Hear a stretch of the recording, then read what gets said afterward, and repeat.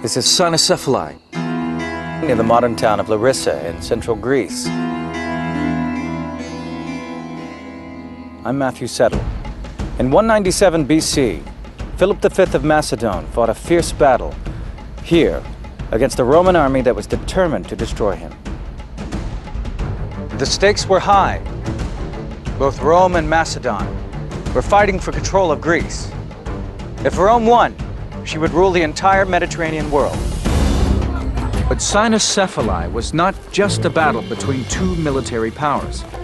It was a battle between two ways of fighting, between the old way of the Greeks and the new way of Rome. Now, with new video game technology, you are about to see this great battle as never before. The vast numbers of soldiers, the troop formations, how they fought, and how the battle was won. Get the view the generals wish they had, now, on Decisive Battles.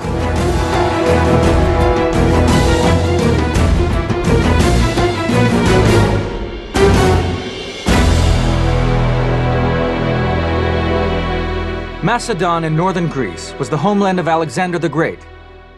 Philip V wanted to follow in the footsteps of his famous ancestor and make Macedon a great power once again. He became king in 221 BC at the age of 17, and for the next 40 years he set about expanding his kingdom.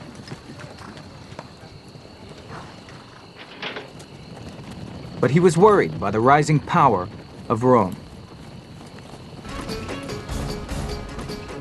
The Macedonians were the heirs of Alexander. Rome, on the other hand, is an up-and-coming power, and the Romans had two things which the Macedonians at this period didn't. They had huge reserves of manpower, and they had great determination. They wouldn't give in. In 216 BC, the Romans were defeated by the Carthaginian general Hannibal at Cannae.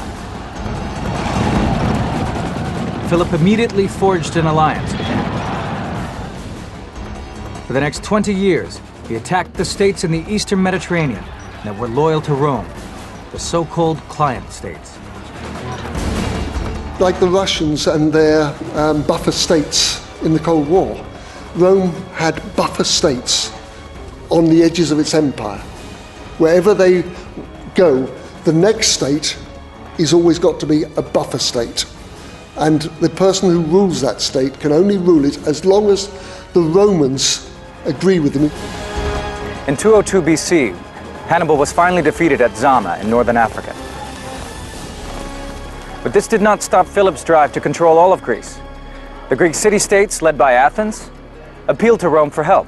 For them, even rule from Rome was preferable to Philip's brutal regime. The Romans were keen to help.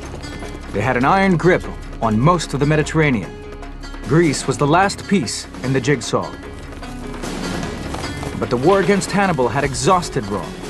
Although she sent an army against Philip in 200 BC, she didn't have the stomach to fight. It was not until 3 years later, in 197 BC, that a campaign was organized in earnest. The job fell to Titus Flaminius, a consul, one of two men elected each year to govern Rome. In time of war, consuls also served as supreme military commanders. He was only 30, which is young for a consul, but he had served with distinction in the war against Hannibal. He and his armies left for Greece. Philip and Flaminius were pretty evenly matched. Each commanded armies of roughly 25,000 men. The Roman commander, Flaminius, he was a politician, but the army he was using was a veteran of the war against Hannibal. The whole of this army was formed up from people who had spent their whole life in arms. Flaminius had around 20,000 infantry, organized as legions, 2,000 slingers, 2,500 cavalry, and 20 elephants. The Romans were much more used to fighting enemy elephants than they were to using them themselves. Elephants were normally only used against cavalry, because horses don't like the smell of elephants. Philip had 16,000 infantry, 4,000 slingers,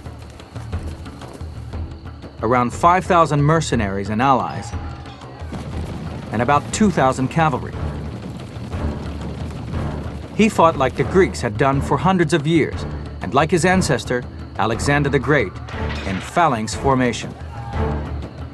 His men grouped tightly together in a mass of pointed spears.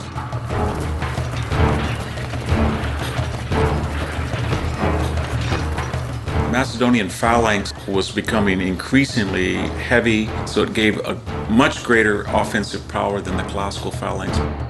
For each Roman soldier, there would be almost 10 pikes in his face. Both armies shadowed each other, searching for a suitable battlefield, waiting for the right moment to attack. By June 197 BC, they were here, camped on opposite sides of a series of ridges with hillocks called cynocephali. Cynocephali was not intended as a battlefield. It was a range of hills, the name means dog's heads, hills, which were in between the marching Roman and Macedonian armies. Philip placed light troops on the top of the ridge, but he had no idea where the Roman troops were deployed. A dense morning mist had settled between the ridges and was taking time to disperse. Visibility was poor. The Macedonians really didn't know the Romans were coming up the hill because of the early morning fog. The Romans really didn't know whether they would find any Macedonians, or if they did find some, whether they would be assembled in full battle array. Flaminius sent out a small force of scouts and cavalry to explore the higher ground.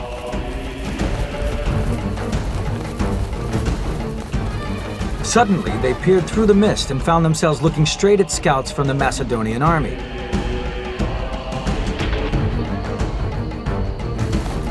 A fight began for the high ground. The commanders on both sides called for reinforcements. The men who've contacted the enemy at the front are saying, please come and send us support. We can win here.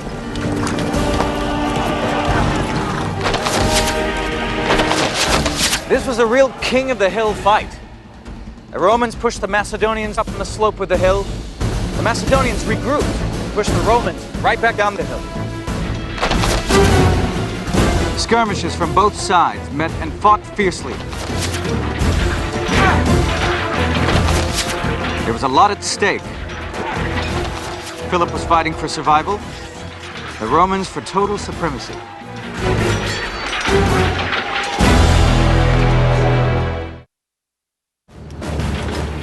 197 BC. Rome is battling to stop Philip of Macedon from seizing control of Greece. As the mist cleared, both Flaminius and Philip were nervous about sending reinforcements. No commander likes to be rushed into a battle against his or her better judgment. Also, they don't want to be caught out and miss an opportunity. The terrain didn't suit either army. It wasn't flat enough to line up the Roman legions or the Macedonian phalanx in battle formation. Where a phalanx does not want to fight is in hills and in conditions in which there's not good atmospheric conditions. In other words, they need visibility, they need a flat space so that these spears can be unleashed. It was very difficult to form a phalanx quickly. The phalanx usually consisted of 16 ranks of spearmen called phalangites. Each carried a 20-foot spear. The first 5 ranks held their spears level. The remaining 10 ranks held their spears at a slope to deflect arrows and slingstones. A phalanx has been called essentially a gigantic pincushion. They would hold this hedge of pikes out in front of them. This gave them a great advantage over troops normally equipped who couldn't reach the phalangites with their shorter spears, whereas the phalanx could quite literally steamroller them into defeat. It normally took hours to get an army into phalanx formation, and Philip had 16,000 infantry to organize. Flaminius had an easier task. The Roman army fought in 3 lines, each of which were divided into squares called maniples. This was a loose and flexible formation and gave the Romans the edge. The legion might have 30 maniples, and the idea was that they could be either flexible in sort of a checkerboard formation if they were up against lighter armed troops, but if they met a phalanx such as Philip's, then they could coalesce and have a solid front. If the phalanx can be characterized as a pincushion, the Roman legion, by contrast, was like a buzzsaw.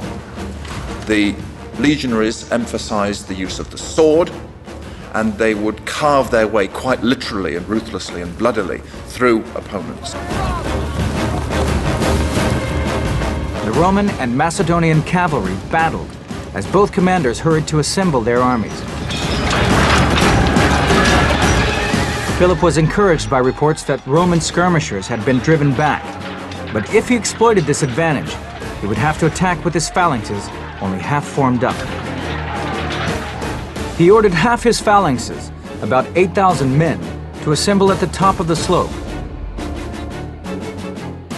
Philip may have held the high ground, but by this time, Flaminius had managed to line up all his legions at the bottom of the slope, on the plain in front of the Macedonians.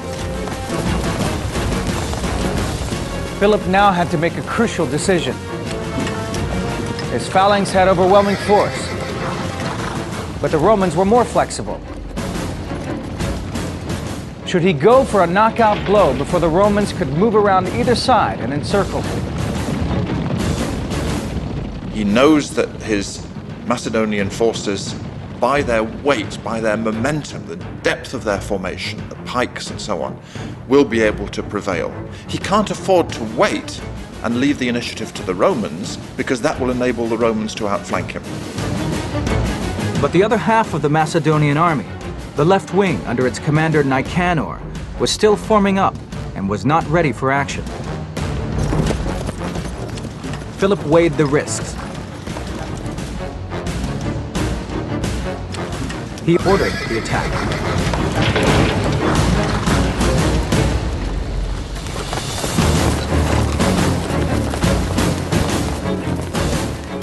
As the phalanx rolled forward, every Roman threw his spear, the pilum, into the closely packed troops. The Macedonians crashed into the Roman left wing and drove them down the slope. The poor Romans on the left wing had to confront these pikes that were heading down at a great speed toward them. So anybody who was in that particular path of that onrushing sea of spears would be annihilated. But instead of going to the aid of the legionaries, Flaminius decided to hit the enemy where it would hurt most. Flaminius is relying on the endurance of the Roman legions. So even though they're being pushed back, they are not breaking. Flaminius has the time to do something else, and he does that with his right wing. Flaminius sent his own right wing against Nicanor and the Macedonian left, who had just struggled to summit the hill. The legion and the phalanx were locked in combat. The legionaries with sword and shield against the wall of razor-sharp spears. Flaminius had taken a huge gamble. Phalanx had never been defeated in battle. The Romans would have to do what no other army had ever done: fight their way through a forest of spears. 197 BC. Rome is battling to stop Philip of Macedon from seizing control of Greece. The Roman commander Flaminius has thrown his legions against the phalanx. The front ranks are trying to cut a path through the spears. The method you have to deal with is get inside the spears. Once you pass the front spear, he can't touch you. He's dead meat. And once you pass the second spear, he's out of the battle.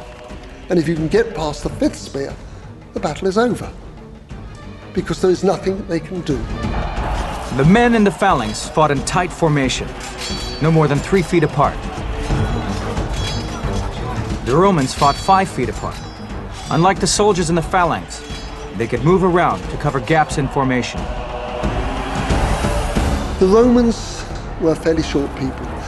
The sword they adopted was a sword which entirely suited the style of fighting of a smaller man against a bigger man. The Gladius Hispaniensis, Spanish sword, primarily used for thrusting into the opponent's torso. or because of its double-edged and weight? Hacking. The Greek historian Polybius tells how Philip tried to bring his badly wounded comrades back to his camp. And he looks at them and he won't do it. Because he says, their arms severed at the shoulders, heads nearly cut off, ghastly wounds in the stomach, and he can't bring them back into camp. And that is the effect that the Roman gladius hispaniensis had. Flaminius concentrated his attack on the Macedonian left wing, which had never managed to form up properly. But the battle was finally balanced. In a last-ditch attempt to break the deadlock, he ordered his 20 elephants to attack. Elephants, they have a bad rap in antiquity as sort of unpredictable assets that can turn on your own men. But they served the Romans very well in frightening and breaking up Macedonian phalangites. The Macedonian left was forced back, but over on the right wing, they continued to dominate the Romans. The victorious Macedonians on their right push forward. The defeated Macedonians on their left are pushed back. A gap opens. It's then up to the Romans to see whether they can exploit that. But the crucial difference between the legion and the phalanx can be summed up in one word: initiative. Once the phalanx was sent into action, it was impossible to change the battle plan. But the Roman unit commanders were allowed to change tactics on the spot. One of these, we don't even know his name, spotted the chance to outflank the Macedonian phalanx and attack it from the rear. He took 20 maniples, about 2,000 men, and led them round behind Philip's line. The Romans are able to do so, not because their general is at the key point, but because of the initiative that they have within their system of command. This phalanx, with its 5 ranks of leveled spears, was designed for frontal assault. It was an all-or-nothing tactic. Either it steamrollered the enemy and drove it from the field, or it could be outflanked. That is the great problem of phalanx warfare. You commit the phalanx, and you can't then do anything about it if something goes wrong. Another problem was that the phalanx absorbed all available manpower, while the Romans had men in reserve. The commanders of these reserve troops were free to make tactical decisions, which could change the course of the battle. Battles are often decided by small numbers of troops who are able to take the initiative and attack the enemy from an unexpected direction where the men there are not prepared to resist. This was exactly what 2,000 Roman legionaries now did as they attacked the Macedonian phalanx from the rear. The phalanx was so vulnerable to attack from the back because they were armed with 20-foot spears which were held at waist level, and you simply cannot turn. It is impossible. You have to lift your pike upright, turn, and lower it again. And that is not possible. In the rear, the phalanx was almost like an inside of an eggshell. It was absolutely fluid, vulnerable, and could be cut to pieces very quickly. Every member of the phalanx was focused on pushing forward. The men in the rear ranks were taken by total surprise. They were so fixated on the forward push, which was the phalanx's speciality. So it really is a classic illustration of the inflexibility of the phalanx compared to the flexibility of the Roman legion. There was complete panic in the Macedonian ranks. They began to retreat in their thousands, raising their spikes as a symbol of surrender. Either the Romans didn't understand this signal, or they just ignored it. They slaughtered thousands of the retreating army. The Macedonians, of course, in utter shock at this betrayal of the rules of war, are dumbstruck, and many of them are cut down, and then, of course, they flee in panic. 8,000 Macedonian troops were killed, 5,000 taken prisoner. Flaminius lost only 700 men. And so Philip's power in Greece was broken. Rome's peace terms were harsh. He paid a ransom of 10,000 talents, the equivalent of $200 million today. 5,000 was paid up front, and he had 10 years to pay the balance. He was forced to surrender his fleet and hand over hostages, including his youngest son, Demetrius, who was held in Rome. One factor in the Roman success is that the Romans were playing for higher stakes. The Greek kingdoms, Greek armies, when they lost, they were used to the rules of war, that they would surrender, they would be treated well. For the Romans, it's all or nothing. The Romans hailed Flaminius as the liberator of Greece, but the Greeks had merely exchanged one conqueror for another. What was important about this was not just that Rome won, but it was able to establish a permanent presence in Greece. Cynocephaly 197 BC is a key date because it's the date that Rome becomes number one. In just 20 years, Rome's armies had gone from total defeat at the hands of Hannibal to total domination. For centuries, Greece had been at the center of Western civilization. After Cynocephaly, the torch was passed across the sea to Italy. Now Rome and its legions had a stranglehold on the entire Mediterranean world.